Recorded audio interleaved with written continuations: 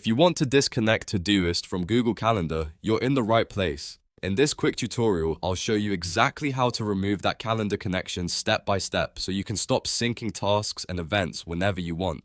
This is especially helpful if you connected the wrong account, want to switch calendars, or just no longer need the integration. And if this video helps you out, make sure to hit the like button and subscribe for more simple software tutorials just like this.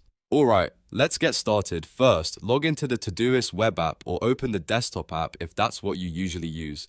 Either version works, so choose whichever is easiest for you. Once you're signed in, look to the top left corner of the screen and click your profile avatar. This is where Todoist keeps your personal account options and settings. After you click the avatar, a menu will appear. From that menu, select Settings. This will open the main settings area for your Todoist account, where you can manage things like preferences, notifications, and connected apps. Now, inside Settings, look for the Calendars tab in the sidebar menu and click it.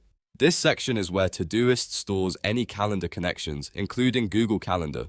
If you've synced multiple calendars before, this is also where you can review and manage them. Next, find your connected Google Calendar account in the list. You should see the calendar integration currently linked to Todoist. Once you've located it, click Disconnect next to that account. Todoist will usually ask you to confirm your choice, so go ahead and approve the disconnection when prompted. After you confirm, the connection between Todoist and Google Calendar will be removed. That means Todoist will no longer sync with that calendar account, and new changes won't carry over between the two services. If you are troubleshooting sync issues, this is often the fastest way to reset the connection and start fresh. If you ever want to reconnect Google Calendar later, you can always come back to the same Calendars tab and set it up again. So the process is simple. Open Todoist, go to Settings, open Calendars, find the Google Calendar connection, and disconnect it. And that's it. You've successfully disconnected Todoist from Google Calendar.